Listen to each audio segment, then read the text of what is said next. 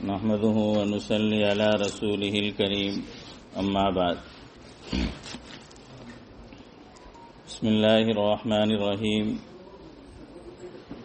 8ویں فصل زیارت مدینہ میں مولا علی قاری علیہ الرحمہ نے جو مشہور عالم فقیہ محدث حنفی ہیں، انہوں نے لکھا ہے کہ چند حضرات کے علاوہ جن کا خلاف کچھ معتبر نہیں، بالاتفاق تمام مسلمانوں کے نزدیک حضور اکرم صلی اللہ علیہ وسلم کی زیارت اہم ترین نیکیوں میں ہے اور افضل ترین عبادات میں ہے اور اعلیٰ درجات تک پہنچنے کے لیے کامیاب ذریعہ اور پر امید وسیلہ ہے۔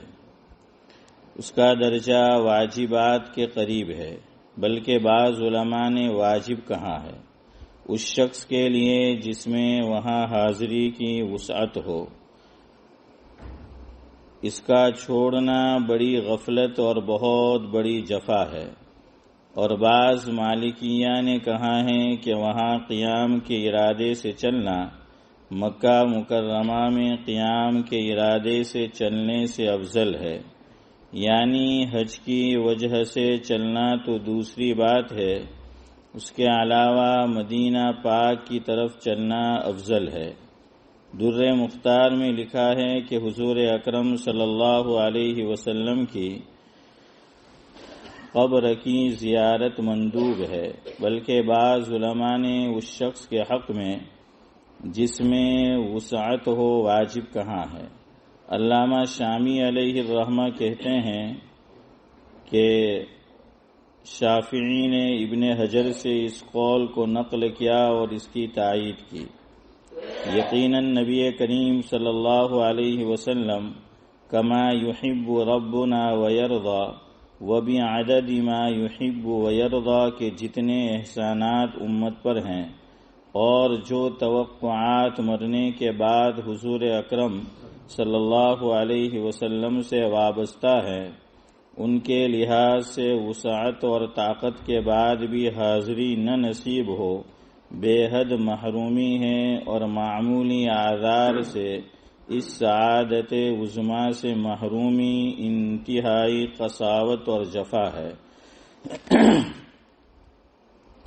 اگرچہ بعض علماء نے بعض روایات کی بنا پر بجائے حضور اکرم صلی اللہ علیہ وسلم کی قبر مبارک کی زیارت کے مسجد کی زیارت کی نیت کو ضروری بتایا ہے، لیکن ائمہ اربعہ کے سب مذاہب اس پر متفق ہیں کہ حضور اکرم صلی اللہ علیہ وسلم کی قبر مبارک کی زیارت کا ارادہ بھی مستحب ہے۔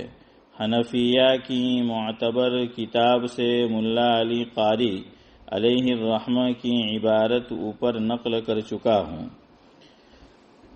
شافعیہ کے مقتدی امام نووی علیہ الرحمہ اپنی مناسک میں لکھتے ہیں کہ جب حج سے فارغ ہو جائے تو چاہیے کہ حضور اکرم صلی اللہ علیہ وسلم کی قبر مبارک کی زیارت کی نیت سے مدینہ منورہ کا ارادہ کرے کہ حضور اکرم صلی اللہ علیہ وسلم کی قبر کی زیارت اہم ترین قربات میں سے اور کامیاب مساعی سے ہے۔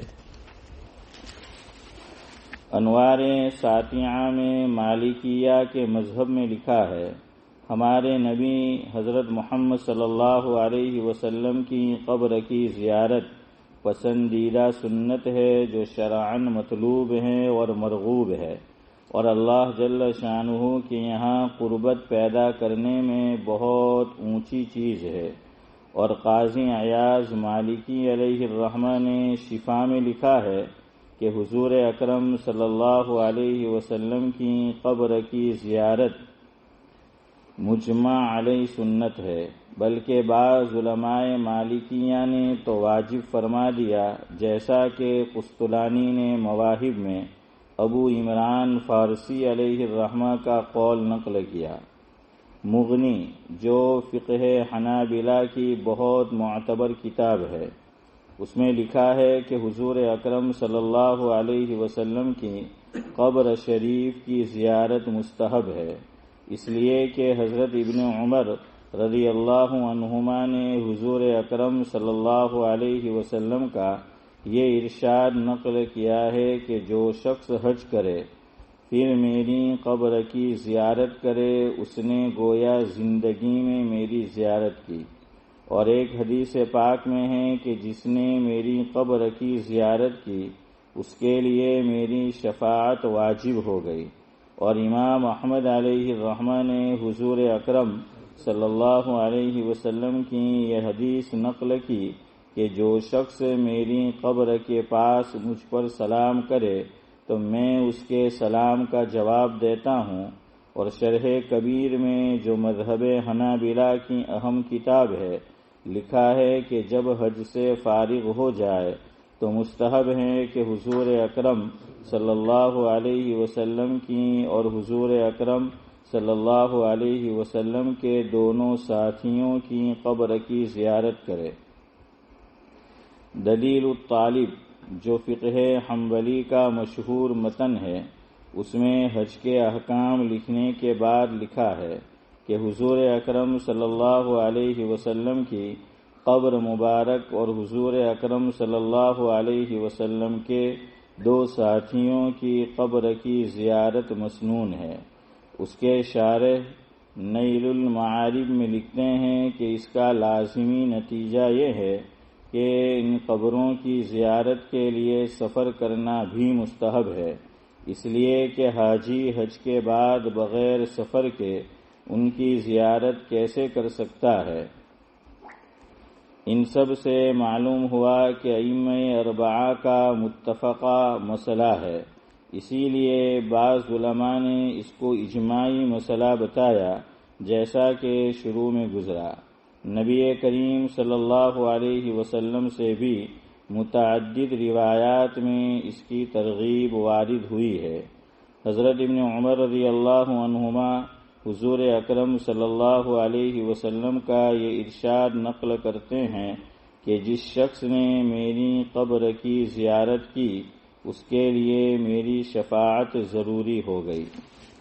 حضور اکرم صلی اللہ علیہ وسلم کا ارشاد ہے کہ جو میری زیارت کو آئے اور زیارت کے سوا کوئی اور نیت اس کی نہ ہو تو مجھ پر حق ہو گیا کہ اس کی سفارش کروں۔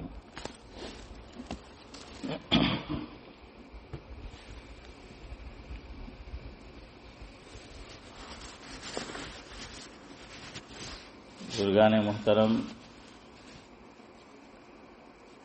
چل رہے بے حد مبارک ایام ہے، چل رہے بے حد مبارک ایام ہے، رکھنا دن میں روزہ اور رات میں کرنا قیام ہے۔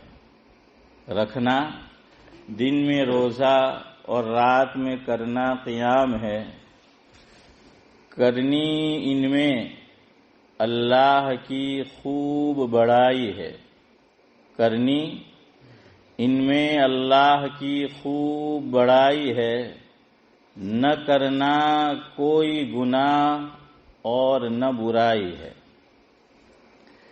زباں کو رکھنا سدا ذکر اللہ سے تر ہے، زباں کو رکھنا سدا ذکر اللہ سے تر ہے، کہنا کثرت سے اللہ اکبر ہے۔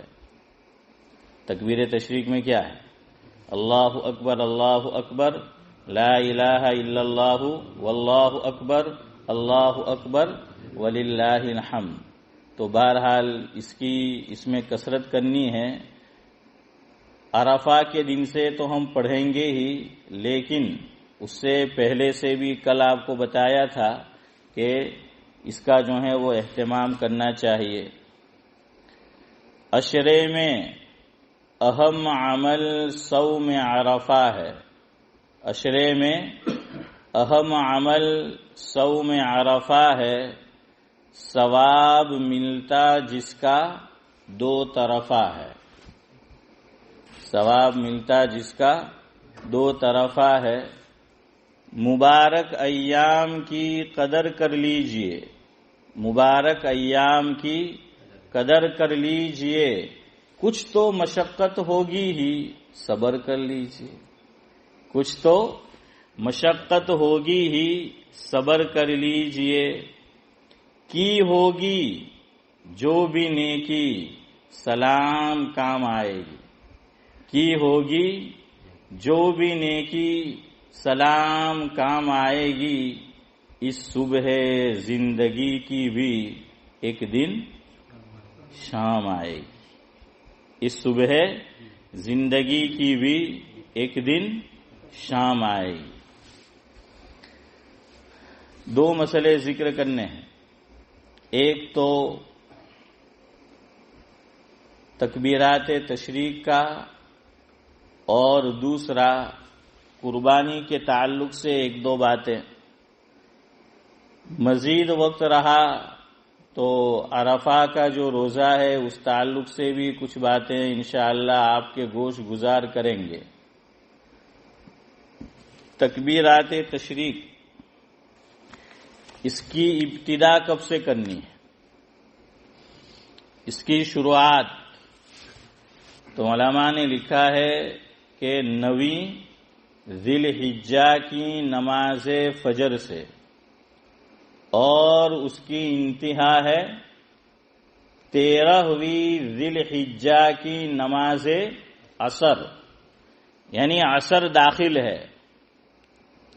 کہتے ہیں کہ غایت مغیّہ میں داخل ہے، جیسے ہم وضو کرتے ہیں تو وضو کے اندر جب ہم ہاتھ دھوتے ہیں تو کوہنی سمیت دھوتے ہیں، اس کو کتاب میں کہا جاتا ہے کہ غایت مغیّہ میں داخل ہے۔ تو یہاں بھی ایسا ہی ہے کہ عصر کی نماز تک، یعنی عصر کی نماز بھی داخل ہے، تو گویا 5 روز ہو گئے، اور مجموعی طور پر اگر ہم نماز کو شمار کریں تو 23 نمازیں ہو جائے گی، 23 نمازیں بنتی ہے۔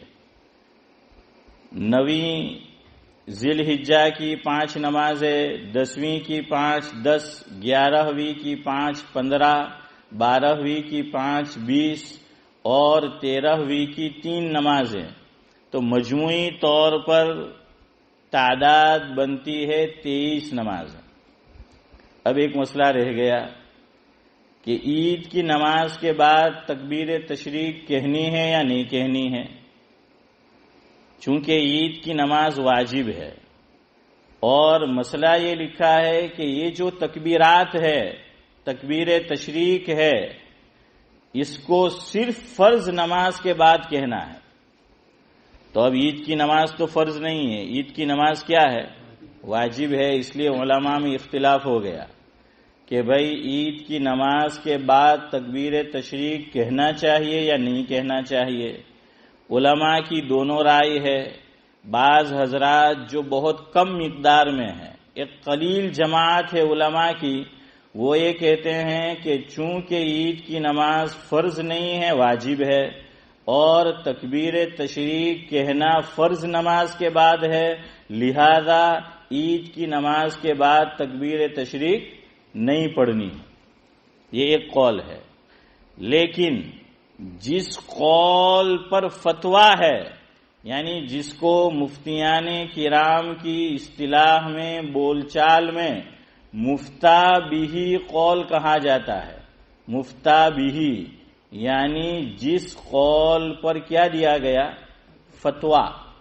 تو جس قول پر فتویٰ دیا گیا وہ یہ ہے کہ عید الاضحیٰ کی نماز کے بعد بھی تکبیر تشریق پڑھنی ہے۔ تو مجموعی طور پر کتنی نمازیں ہو جائے گی؟ 24 نمازیں یہ ہو جائے گی۔ اس لیے بھائی عید الاضحیٰ کے بعد بھی پڑھیو، اس لیے کہ زیادہ تر علماء نے اسی قول کو راجح قرار دیا ہے، اور یہی مفتا بھی قول ہے کہ عید الاضحیٰ کی نماز کے بعد بھی تکبیر تشریق یہ کہنی ہے۔ دوسری بات کہ یہ کس پر واجب ہے، تکبیر تشریق کہنا کس پر واجب ہے؟ آیا صرف مرد پر واجب ہے یا صرف عورتوں پر واجب ہے، یا یہ کہ مرد اور عورت دونوں پر واجب ہے؟ تو علماء نے یہ لکھا ہے، اس میں بھی مفتہ بھی قول یہی ہے کہ مرد اور عورت دونوں پر واجب ہے۔ لیکن یہاں ایک بات یاد رکھے اور اپنے گھر کی عورتوں کو جا کر بتائیے، اگر آپ کو یاد رہے تو، اگر وہ سن رہی ہیں تو بہت اچھی بات ہے۔ شیخ الاسلام حضرت مولانا مفتی محمد تقی عثمانی صاحب دامت برکاتہم العالیہ کے مواعظ اصلاحی خطبات کے نام سے چھپے ہوئے ہیں، اس میں حضرت دامت برکاتہم العالیہ نے ایک بات یہ ذکر فرمائی جس کا مفہوم یہ ہے کہ اپنے گھر کی عورتوں کو یہ بات بتاؤ کہ جب سے تکبیر تشریق کہنی ہے، پڑھنی ہے، ایک پیپر کے اوپر، پیس آف پیپر، اس کے اوپر تکبیر تشریق لکھ کر رکھ لے قریب میں،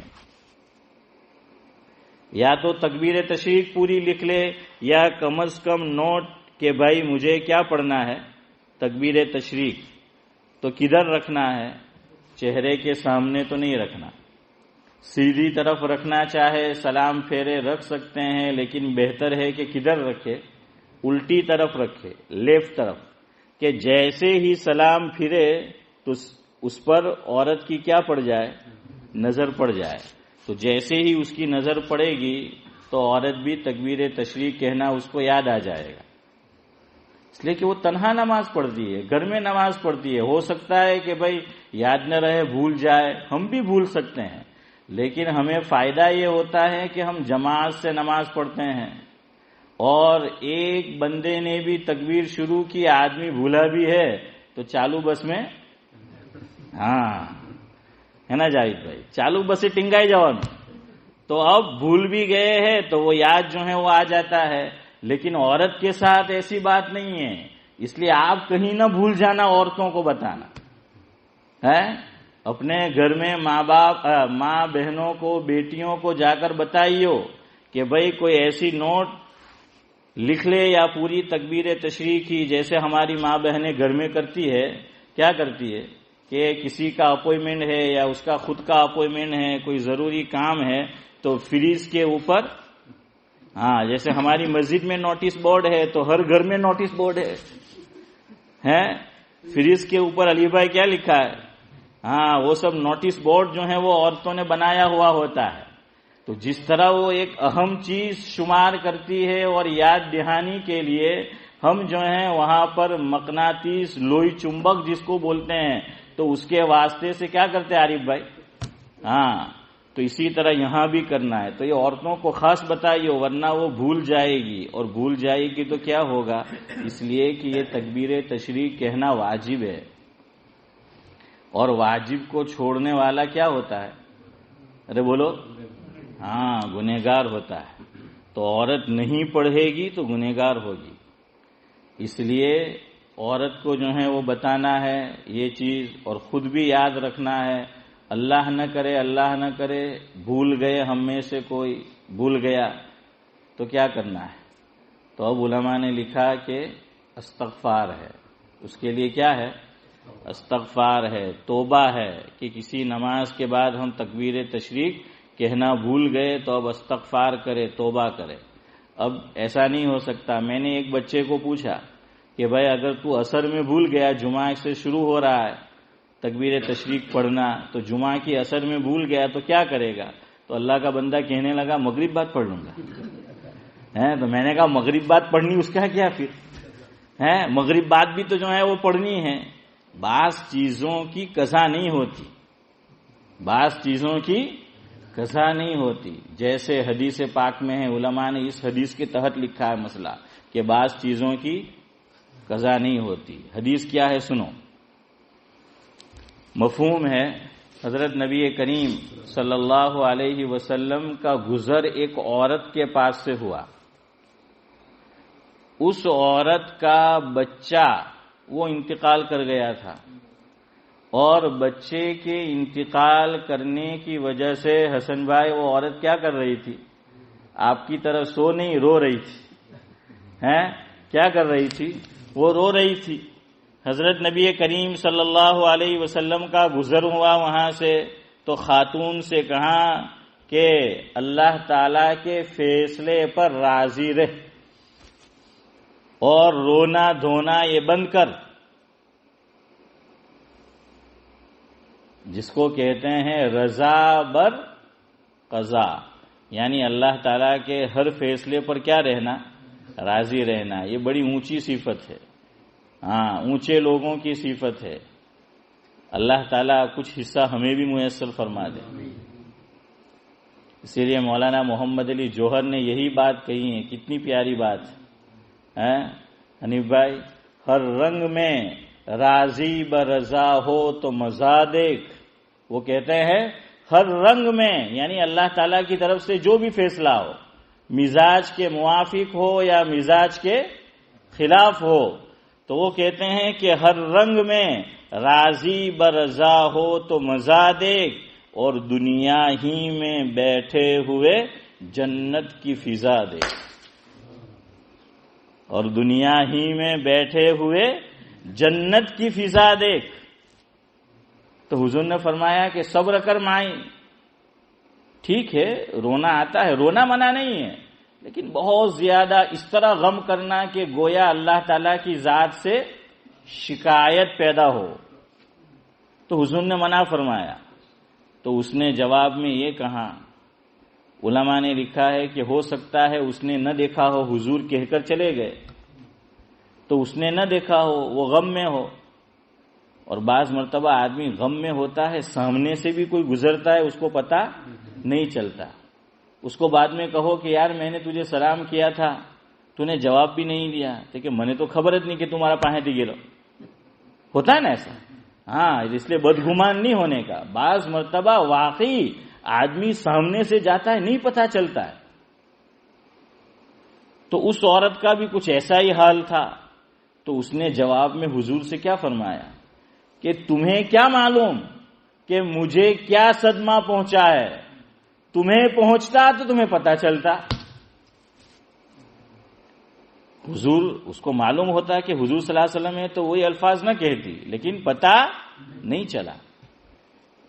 کوئی اور بھی ہوگا وہاں پر. اس نے بتایا اس عورت کو، حضور تو گزر گئے، اس نے بتایا کہ تو نے کیا کیا، کس کو جواب دیا؟ یہ بات جس نے تجھ سے کہی تھی یہ تو حضور اکرم صلی اللہ علیہ وسلم تھے.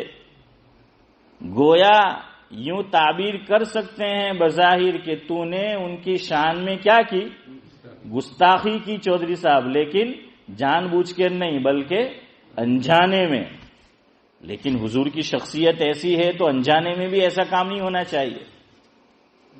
تو وہ عورت، اس کی جب دوبارہ حضور سے ملاقات ہوئی تو کہنے لگی کہ حضور اب میں صبر کرتی ہوں. کیا فرمایا؟ کہ اب میں صبر کرتی ہوں. تو اس موقع پر حدیث کے الفاظ ہے، اللہ کے نبی صلی اللہ علیہ وسلم نے فرمایا اسماعیل چچا کہ انما الصبر عند الصدمۃ الاولى او کما قال علیہ الصلاۃ والسلام، کہ بھائی صبر جو کرنا ہے وہ اولین مرحلے میں کرنا ہے.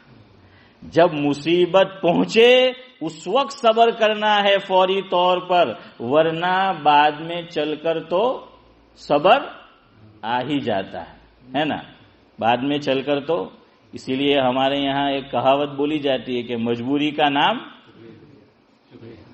شکریہ بھی بولتے ہیں، اور مجبوری کا نام مہاتما گاندھی بھی بولتے ہیں. تو ہے نا ڈاکٹر صاحب؟ ہاں، یہ پڑھے لکھے آدمی ہیں. تو بہرحال یہ بھی جو ہے وہ بولا جاتا ہے. تو اب تو صبر آ ہی جائے گا بعد میں. تو حضور نے یہ فرمایا. یہاں علماء نے پتے کی بات لکھی، وہ آپ کو اور مجھے یاد رکھنی ہے کہ بعض چیزوں کی قضا نہیں ہوتی. اس عورت نے بعد میں قضا کی کہ میں نے موقع پر صبر نہیں کیا لیکن اب کرتی ہوں. لیکن حضور نے منع فرمایا کہ نہیں، وہ وقت تو سہانا تھا، وہ کیا ہو گیا؟ چلا گیا. وہ وقت تو چلا گیا جو تھا وہ. اب صبر کرنے کا کیا فائدہ؟ اب پچھتائے کیا ہوت جب چڑیا چگ گئی کھیت. ہاں تو ایسی بات ہے. تو بعض چیزوں کی قضا نہیں ہوتی. اسی طرح یہاں پر تکبیر تشریق کی بھی قضا نہیں ہے. جیسے آپ صلاۃ التسبیح پڑھے اور اس کے اندر نذیر بھائی بھول جائے تو کیا کرنا ہے؟ ایک رکن میں بھول جائے تو دوسرے رکن میں جو ہے وہ پڑھ لینا ہے. وہاں قضا کر سکتے آپ کہ ادھر کچھ رہ گئی تو بعد میں کر لو. سجدے کی بھی قضا ہے کہ اگر بھول سے ہم 2 رکعت نماز پڑھ رہے ہیں اور سجدے میں گئے اور بھول سے ایک ہی سجدہ کیا، یاد آئے تو واپس سجدے میں آ جاؤ. لیکن یاد ہی نہیں آیا اور دوسری رکعت کے سجدے میں گیا تب یاد آیا کہ نہیں یار میں نے تو اس سے پہلے جو رکعت پڑھی تھی تو اس میں کتنے سجدے کیے؟ ایک ہی جو ہے وہ سجدہ کیا. تو اب اس کی قضا ہے نماز ہی کے اندر. علماء نے یہ لکھا کہ اب دوسری رکعت میں کتنے سجدے کر لو؟ 3 کر لو. یہ دین متین نے بتایا ہے نورانی بھائی. دین متین نے جو ہے وہ یہ بتایا ہے تو کر لو. لیکن کیا کرنا ہے ساتھ میں اخیر میں؟ سجدہ سہو کرنا. یاد رکھیو سجدہ سہو تو کرنا پڑے گا لیکن نماز ہو جائے گی. حالانکہ سجدہ کیا ہے؟ فرض ہے. تو لیکن بہرحال اس صورت میں ہو جائے گی. ہر جگہ فرض چھوٹنے سے نہیں ہوتی. فرض چھوٹنے سے نہیں ہوتی سجدہ سہو سے نماز. فرض میں کیا ہو گیا؟ آگے پیچھے کر دیا. جہاں کرنا تھا 2 سجدے نہیں کیے، پیچھے مؤخر ہو گیا، تو دوسرے میں ہم نے کیا کر لیا؟ 3 سجدے جو ہیں وہ کر لیے. تو سجدہ سہو سے کام بن جائے گا. تو یہاں بھی اب توبہ ہے، استغفار ہے. اس لیے بھائی اس کو بھولنا نہیں ہے. تیسرا مسئلہ تکبیر تشریق کا. کوئی آدمی مسافر ہے تو مسافر پر تکبیر تشریق واجب ہے کہ نہیں؟ تو علماء نے لکھا کہ مسافر پر بھی تکبیر تشریق کیا ہے؟ یہ واجب ہے. یہ جیسے مقیم پر واجب ہے اسی طرح مسافر پر بھی تکبیر تشریق یہ واجب ہے. اگلا مسئلہ تکبیر تشریق کب کہنا ہے؟ کب کہنا ہے؟ دیکھیے ابھی ہم نماز ہم نے پڑھی اور مغرب بھی انشاءاللہ پڑھیں گے تو آپ جواب دیجیے کیا کرنا ہے. السلام علیکم ورحمۃ اللہ، السلام علیکم ورحمۃ اللہ. حسن بھائی کیا پڑھتے ہیں؟ اللہ اکبر اللہ اکبر. ہاں یہ کہاں؟ نہیں یار میں ویسے عام دنوں میں پوچھ رہا ہوں. عام دنوں میں پوچھ رہا ہوں. عام دنوں میں چونکہ آپ عام دنوں کا سمجھیں گے بولیں گے تو خاص دنوں کا مسئلہ سمجھیں گے. یہ عام کی بات ہے. آپ نے اتنے آم کھائے 22 پاؤنڈ کا باکس سے پھر بھی کھایا اور پھر بھی آپ خاص کا جواب دے رہے ہیں. اب عام میں عام کرو. دونوں صحیح ہے. اللہ اکبر بھی اور استغفر اللہ بھی. یہ بات بہت کم لوگوں کو معلوم ہے. یہ مسئلہ ہمارے ابراہیم بھائی شیخ جو ہیں اللہ تعالیٰ ان کا سایہ عافیت کے ساتھ ہمارے سروں پر قائم رکھے. اپنی مسجد میں اوروں کا بھی عمل ہوگا لیکن میں نے ان کا اور فاروق بھائی دیسائی کا عمل جو ہے وہ دیکھا ہے. فاروق بھائی دیسائی نے تو خود مجھ سے مسئلہ پوچھا تھا. اللہ تعالیٰ ان کو بھی صحت تندرستی نصیب فرمائے. تو انہوں نے مجھ سے پوچھا تھا ایک دن کہ مول صاحب میں عرب کی مسجد میں یہ فنسبری پاک کی مسجد میں نماز پڑھنے جاتا ہوں تو وہاں پتہ نہیں عرب بولا تھا یا ایجپشین بولا تھا. کون ہوتا ہے وہاں؟ شمالین. بہرحال تو شمالین بولا ہوگا. تو کہنے لگے کہ ان کے یہاں میں نے نماز کے بعد ایک معمول دیکھا کہ وہ السلام علیکم ورحمۃ اللہ، السلام علیکم ورحمۃ اللہ. اس کے بعد وہ لوگ استغفار سے پہلے اللہ اکبر بولتے. تو کیا یہ بات یہ چیز حدیث میں آئی ہے؟ تو جی بالکل. شاہ ولی اللہ محدث دہلوی علیہ الرحمہ نے حجت اللہ البالغہ میں یہ بات ذکر فرمائی ہے کہ حضور سے یہ عمل ثابت ہے کہ نماز کے بعد حضور سے اللہ اکبر کہنا یہ ثابت ہے. لیکن اس کو بہت زور زور سے نہیں کرنا چاہیے. آہستہ آواز میں جو ہے وہ کہنا چاہیے. ہمارے ابراہیم بھائی جو ہیں وہ کہتے ہیں ویسے ان کے گلے کا مائک میری طرح کا ہے. وہ اللہ کا بندہ بہت زور سے بولتا ہے میرا بھی گلے کا مائک ایسا ہی ہے. میں بعض مرتبہ کسی سے بات کروں تو اس کو ایسا لگے گا کہ مول صاحب لڑتا چلے، لڑتا نہیں مولے نارمل بات کرتا ہے، لیکن آپ پیپوڑی بو جاڑی تو ہوں کروانا ہے. اب گلے کا مائک ہی اتنا پاورفل ہے تو کیا کرے. تو ابراہیم بھائی کا بھی یہی معاملہ ہے. بعض چیزیں جو آہستہ کرنی ہے اللہ کا بندہ بہت زور سے کرتا ہے. دیکھنا ہو اذان تکبیر کا جواب بھی دے گا تو پوری سب سنے گی. ماں کیجیے اب ہے. اذان کے بعد کی دعا پڑھیں گے تو شاید 3-4 صفحے سنے گی. اور نماز کے بعد اللہ اکبر یہ بھی وہ زور سے کہیں گے. تو بہرحال اللہ اکبر کہاں تو بھی ٹھیک ہے، ورنہ عام طور پر میں اور آپ نماز کے سلام کے بعد کیا کہتے ہیں؟ استغفر اللہ استغفر اللہ استغفر اللہ. اس میں بھی یاد رکھے بہت زور سے نہیں کہنا ہے. بعض لوگ اس کا استعمال کسی کو چڑھانے کے لیے بھی کرتے ہیں. یاد رکھیے اللہ تعالیٰ نیتوں کو جانتا ہے. ہاں نماز کے بعد انداز ایسا ہوتا ہے بعض لوگوں کا کہ وہ کسی خاص شخص کو سنانا چاہ رہا ہے.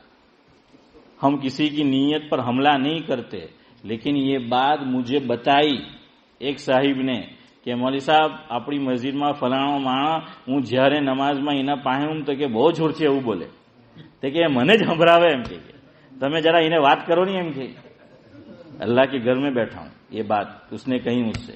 تو بھائی اگر ایسا ہو تو اللہ تو جانتا ہے. آپ کسی کو چڑھانے کے لیے کہو گے تو گنہگار ہوگے، ہے نا. نیت میں خطرہ تو جولی میں پتھرا. ہاں تو یہ ثواب ملنے والا نہیں ہے. کرو استغفار، آہستہ سے کہو، انداز ایسا نہ ہو کہ آپ کسی کو سنا رہے ہو. تو بہرحال عام دنوں میں ہم یا تو اللہ اکبر کہتے ہیں یا استغفار، یا بعض لوگ دونوں جو ہیں وہ کہتے ہیں. لیکن یہاں علماء نے 5 دنوں کی 23 نمازوں میں اور عید کی نماز لے لے تو 24 نماز میں یہ مسئلہ لکھا ہے نمازوں میں کہ السلام علیکم ورحمۃ اللہ جو دوسرا امام کہے گا اس کے بعد فوراً تکبیر تشریق پڑھنی ہے. استغفار بھی ابھی نہیں پڑھنا ہے ان دنوں میں، اور اللہ اکبر بھی نہیں. آپ بعد میں پڑھنا چاہو پڑھو. اب اللہ اکبر تو ویسے بھی آ گیا. تکبیر تشریق میں پہلا لفظ کیا ہے؟ تکبیر کا معنی ہی اللہ اکبر ہے. تکبیر کا معنی ہی جو ہے وہ اللہ اکبر ہے. اس لیے یاد رکھو جیسے ہی نماز کا سلام پھرا، اس میں بھی ہمارے ابراہیم بھائی ماشاءاللہ شیخ اول ہے. ہاں وہ ماشاءاللہ فوراً شروع کر دیتے ہیں اور زور سے. یہاں بھی حضرت مولانا مفتی محمد تقی عثمانی صاحب دامت برکاتہم العالیہ کا ایک ملفوظ جو انہوں نے اپنے والد مرحوم صاحب معارف القرآن سابق مفتی اعظم پاکستان حضرت مولانا مفتی محمد شفیع صاحب نور اللہ مرقدہ کے حوالے سے ذکر فرمایا، جس کا مفہوم یہ ہے کہ ہمارے یہاں ہر چیز میں الٹی گنگا بہتی ہے. یہ میری بات نہیں ہے، یہ آپ کو میں نے حوالہ دے دیا. کیا کہا کہ ہر چیز میں الٹی گنگا بہتی ہے. کہ مرد لباس بعض لوگ اور کچھ چیزیں ایسی پہنتے ہیں کہ مرد عورت دکھتی ہے اور عورت مرد دکھتا ہے نا. آج ایسا ہی ہے. آج آپ دیکھ لیجئے ماڈرن جو لوگ ہیں، عورتیں مرد بننا چاہ رہی ہے اور مرد نسوانیت کی طرف جا رہا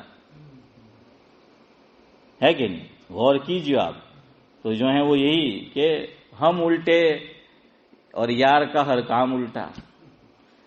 تو کیا ہے حضرت نے فرمایا کہ فرض نماز کے بعد دعا اگر جہری کرے تو بھی زور زور سے چلانا نہیں ہے. بعض لوگ فرض نماز کے بعد دعا بہتر تو یہی ہے کہ آہستہ دعا کرو، اور گنجائش اس کی بھی ہے کہ امام صاحب قدرے بلند آواز سے دعا کرے. لیکن بعض مساجد میں آپ دیکھنا امام باقاعدہ چلاتا ہے. دعا میں کیا کرتا ہے؟ وہ چلاتا ہے. یہ چیز شریعت میں نہیں ہے. اللہ کو دعا کیا ہے؟ اللہ کو پکارنا ہے نا. اور ادعوا ربکم تضرعا وخفیہ انہ لا يحب المعتدین، یہ قرآن کہہ رہا ہے کہ دعا کے اندر بھی یہ افراط و تفرید کا شکار نہیں ہونا ہے. تو حضرت فرماتے ہیں کہ ہماری مساجد میں دعا زور زور سے ہوتی ہے کہ جس کو آہستہ کرنا افضل ہے. اور تکبیر تشریق جس کے متعلق شریعت نے یہ تعلیم دی اور شریعت کا منشا یہ ہے کہ تکبیر تشریق اس طور پر مسجد میں کہیں جائے کہ پوری مسجد اللہ کے نام سے اور اللہ کے نعرے سے گونج اٹھے، اتنا زور سے کہنا ہے۔ دیکھیں یہاں مسبوق بھی ہوں گے تو اسی لیے مسبوق کی رعایت سے بھی دعا زور سے کرنے کو منع کیا گیا، لیکن ان دنوں میں افضل یہ بتایا گیا کہ بھائی چاہے مسبوق یعنی جس کی رکعت چھوٹی ہے پھر بھی یہ تکبیر تشریق کو اتنی زور سے کہنا ہے کہ پوری مسجد اللہ تعالیٰ کے نام سے اور تکبیر سے مرزا صاحب کیا ہو اٹھے، گونج اٹھے۔ لیکن ہم اس میں شرماتے ہیں، دھیرے دھیرے دھیرے دھیرے جو ہے وہ آدمی بولتا ہے، تو بھائی اس کا اہتمام کریں گے نا، ہاں زور سے جو ہے وہ کہنا ہے کہ پوری مسجد کیا ہو اٹھے، گونج اٹھے۔ تو تکبیر تشریق ہر آدمی کو جو ہے وہ زور سے کہنا ہے۔ آخری بات، وقت ہو گیا ہے، 5 منٹ بلکہ زائد ہو گئے ہیں، کسی کا انتظار نہیں کرنا ہے، یہ بھی یاد رکھیے۔ یہ تکبیر تشریق آواز سے آواز ملا کر نہیں کہنی ہے کہ سب آدمی ایک ساتھ شروع کرے اور سب آدمی ایک ساتھ ختم کرے، اس طرح نہیں کہنی ہے، بلکہ فقہاء نے آپ کو حیرانی ہوگی، فقہاء نے یہاں تک مسئلہ لکھا کہ تکبیر تشریق جب پڑھنی ہے مصلی پر امام صاحب موجود ہے، امام صاحب نے سلام پھیرا، امام صاحب کا بھی انتظار مت کرو پڑھنے کا، امام صاحب اگر ذرا لیٹ ہو رہے تم ان سے پہلے شروع کر دو، سمجھ آیا؟ امام کا بھی انتظار نہیں کرنا ہے، اور کسی وجہ سے امام نہ پڑھے تب بھی ہمیں پڑھنا ہے۔ یہ مسئلہ کہاں کام آئے گا؟ جب آپ حج میں جائیں گے،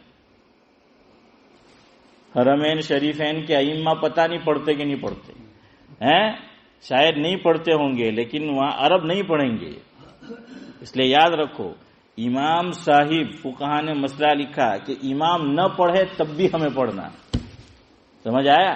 حرمین شریفین میں نہیں پڑھتے، کیوں نہیں پڑھتے؟ وقت ہو گیا ہے، ابھی ہم اس مسئلے کے پیچھے نہیں پڑھتے ہیں، انشاءاللہ کبھی موقع آئے گا تو آپ کو بتائیں گے کہ وہ کیوں نہیں، اور ہم کیوں پڑھتے ہیں، تو بس پڑھتے ہیں تو پڑھتے رہو ہیں۔